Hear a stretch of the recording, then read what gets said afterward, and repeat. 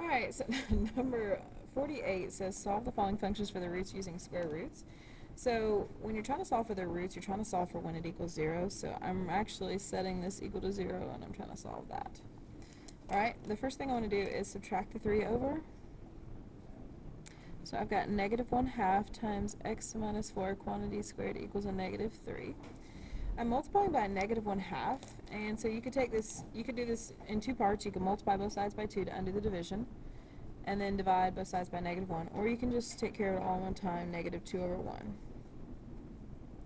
And just as a quick reminder, I have a lot of people that right here on this step would multiply by 2, but 9 times out of 10 you're going to forget to multiply this by the 2 as well, this term right here.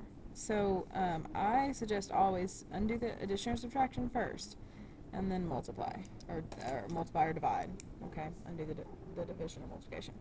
So these cancel each other out, they simplify out, I should say. And then I'm left with x minus 4 quantity squared equals negative 3 times negative 2 is a positive 6 divided by 1 is still 6.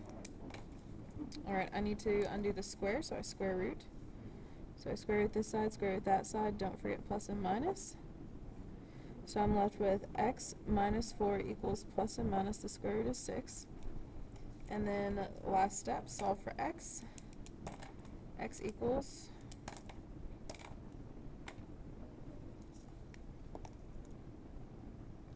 four plus and minus the square root of 6. And there we go. Number 49, I've got, again, I want to set it equal to 0. So I have a lot of people, and I'm gonna write this up here and then I'm gonna mark it out. So don't do this. I have a lot of people that do this. Say it was plus 3 and say it was equal to 9, or I don't know, 6 or something like that. I'm just saying real quick. I have a lot of people that divide by this 3, and then they would just mark out that and say x minus 2 quantity squared still plus 3 equals 2. That's not true. This is now divided by 3 as well. So unless you're willing to do that or going to remember to do that, then don't divide first. Always undo addition or subtraction. So I'm going to subtract 3, and I'm left with 3 times x minus 2 squared equals a negative 3. Then we want to divide by this 3, and I'm left with x minus 2 squared equals a negative 1. To undo the square, I take the square root. When you square root, there's 2 answers. So I've got x minus 2 equals plus and minus the square root of negative 1. A lot of people put square root of 1i. Square root of 1 is 1. So it's just plus and minus I.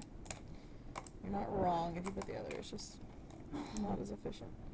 And then you add 2 plus and minus I. And there's your answers. There are your answers. Right, number 50, complete the square. So in the process of completing the square, you're trying to make a perfect square on both sides. So, well, not both sides, but the left side. So we always move the constant over. In this case, I'm going to add it. So I've got n squared minus 2n, leave some space, equals 3. So I added the 3 over. Just as a quick reminder, when you've got perfect squares, if I've got x plus, let's go with 4 times x plus 4. If I were to multiply that, it would be x squared plus 4x, which is plus 8x, and then plus 16. That is x plus 4 squared. This right here is always this number cut in half, and this number is always that number squared. Okay? Whatever you get when you cut it in half.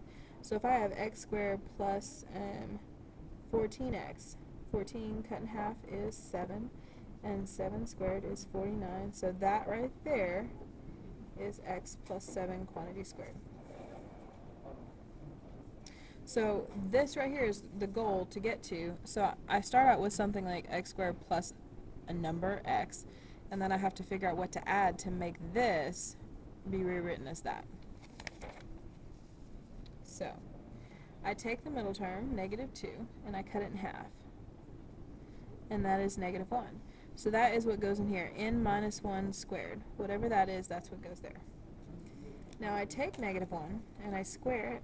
Negative 1 squared, and that is 1, so that's what I add to both sides. I add 1 here and I add 1 there. Whatever I get when I square it, that's what adds to both sides. And so I'm left with a positive or equals a positive 4, because now this is that, and then that's that. And now we're at the type of problem that was above it, 48 and 49, just solve using square roots.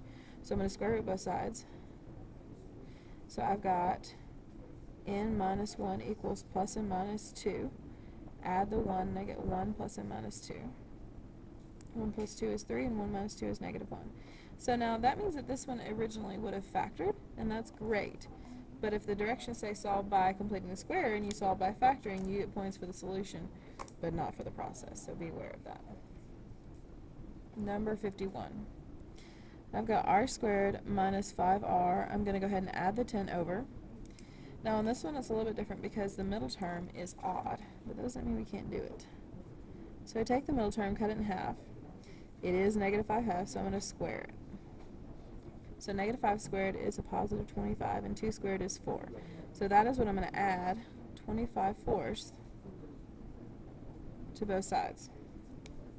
Now, as far as what goes in my set of parentheses, I've got r, okay, it's just whatever you get when you cut it in half. See, this was negative 2, cut in half was negative 1.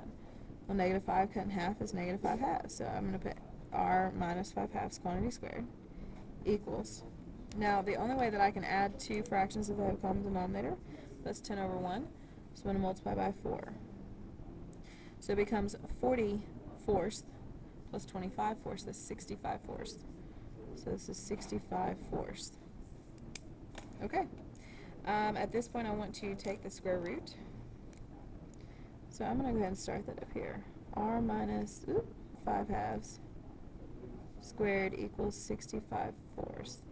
So if I take the square root of both sides, I get r minus 5 halves equals plus and minus, well, the square root is 65. 65 is 5 times 13, so that doesn't have a perfect square, so the square root of 65 and the square root of 4 is 2. So I add 5 halves over, and r equals 5 halves plus or minus the square root of 65 over 2, or 5 plus or minus the square root of 65 over 2. Either one of those is correct, but they are my answer.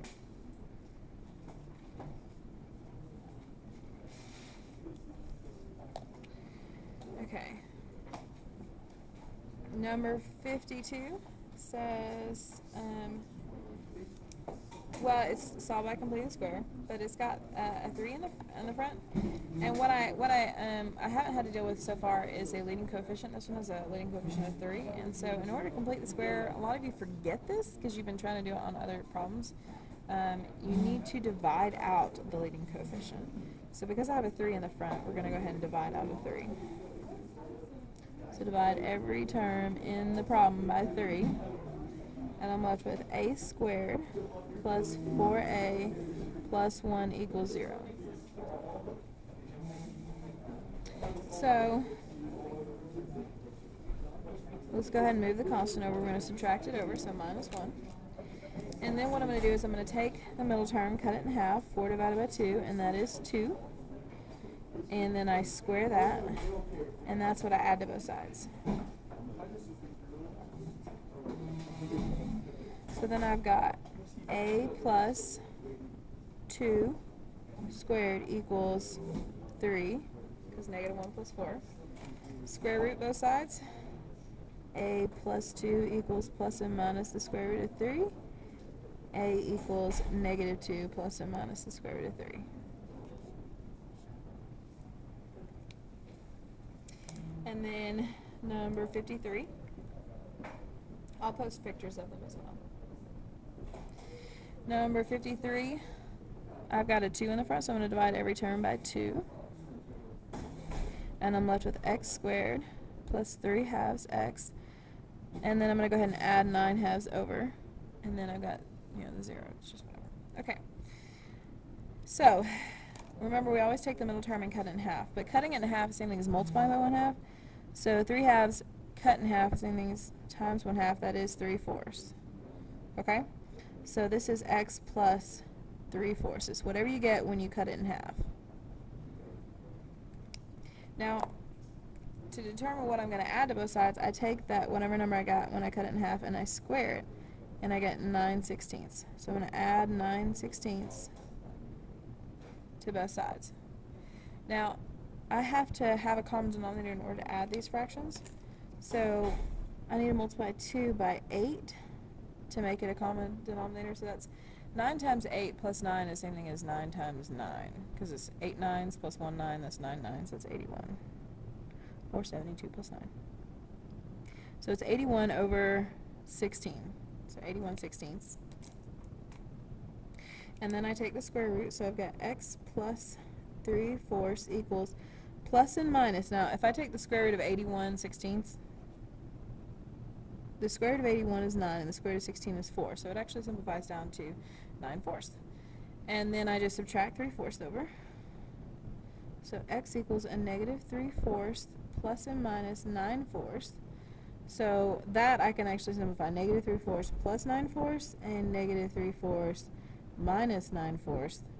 That is 6/4, and that is negative 12/4, which means my answers are 3/2 and negative 3, which means it would have factored from the beginning. But the goal was to solve by completing the square. Sorry, I didn't have that all the way over. Okay. Number 54 says, solve the following quadratic inequalities and write your answers in interval notation. What I want to do is get the x by itself, so I need to undo the operations of subtraction and the power of 2. So I need to add 2 to both sides. X squared is less than 11. To undo the square, I have to take the square root, but remember when you square root, there are 2 answers, and it would be kind of weird to say x is less than both positive and negative, which is why you put the positive on this side, repeat the symbol, and that was terrible, and then put the negative square root of 11 on that side. You do not move to the other side until you've taken the square root, and as soon as you take the square root, you put it on the other side. I've got people that wait, and that's wrong. Okay, so this is not an interval notation. This is an inequality. What this says is that, like, if I was on the number line, and here's the negative square root of 11, here's the positive square root of 11. This is saying x is less than that, and this is saying x is greater than the square root of 11. So we're talking, it's between those two numbers, the negative square root of 11 and the positive square root of 11. Okay? Number 55.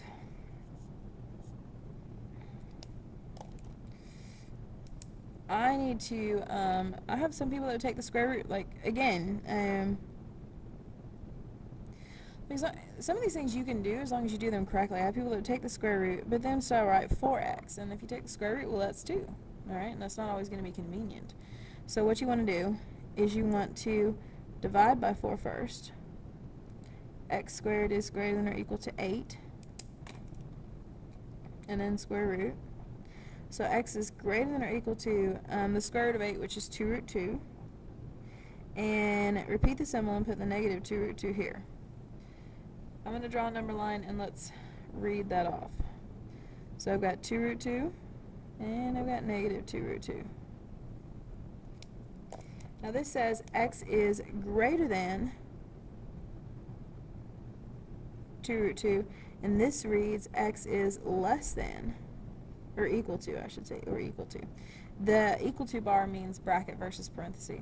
So I'm actually dealing with the answer negative infinity to negative 2 root 2 included, and then 2 root 2 in a bracket, 2 comma 2. 2 root 2 comma infinity.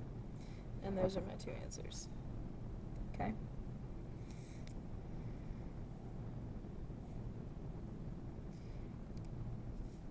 Number 56. Number 56, I actually have to undo the square first. So if I square root both sides, I'm left with x minus 3 is less than or equal to 5. Repeat the symbol and put the negative on that side. And then from the inside, I need to undo the subtraction. So I add 3 to all 3 parts of the inequality. So I've got negative 2 is less than or equal to x, which is less than or equal to 8. And if I think of that on the number line, 8 and negative 2. 8 is less than or equal to, or x is less than or equal to 8, but greater than or equal to negative 2. So we're talking negative 2 to 8. And then on number 57, we want to get the square by itself. So first I'm going to add 7. So I've got 2 times x plus 4 quantity squared is greater than 98. And then I want to divide by 2.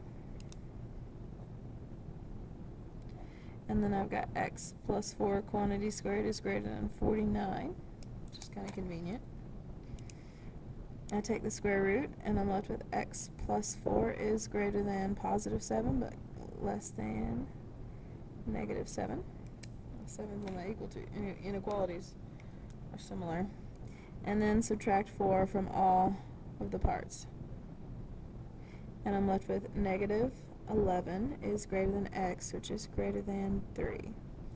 So that reads on the number line, here's 3, and here's negative 11. X is greater than 3, but less than negative 11. So negative infinity, negative 11, 3 to positive infinity. And there's my answer. And that is page, I don't know, 7, because I marked it out.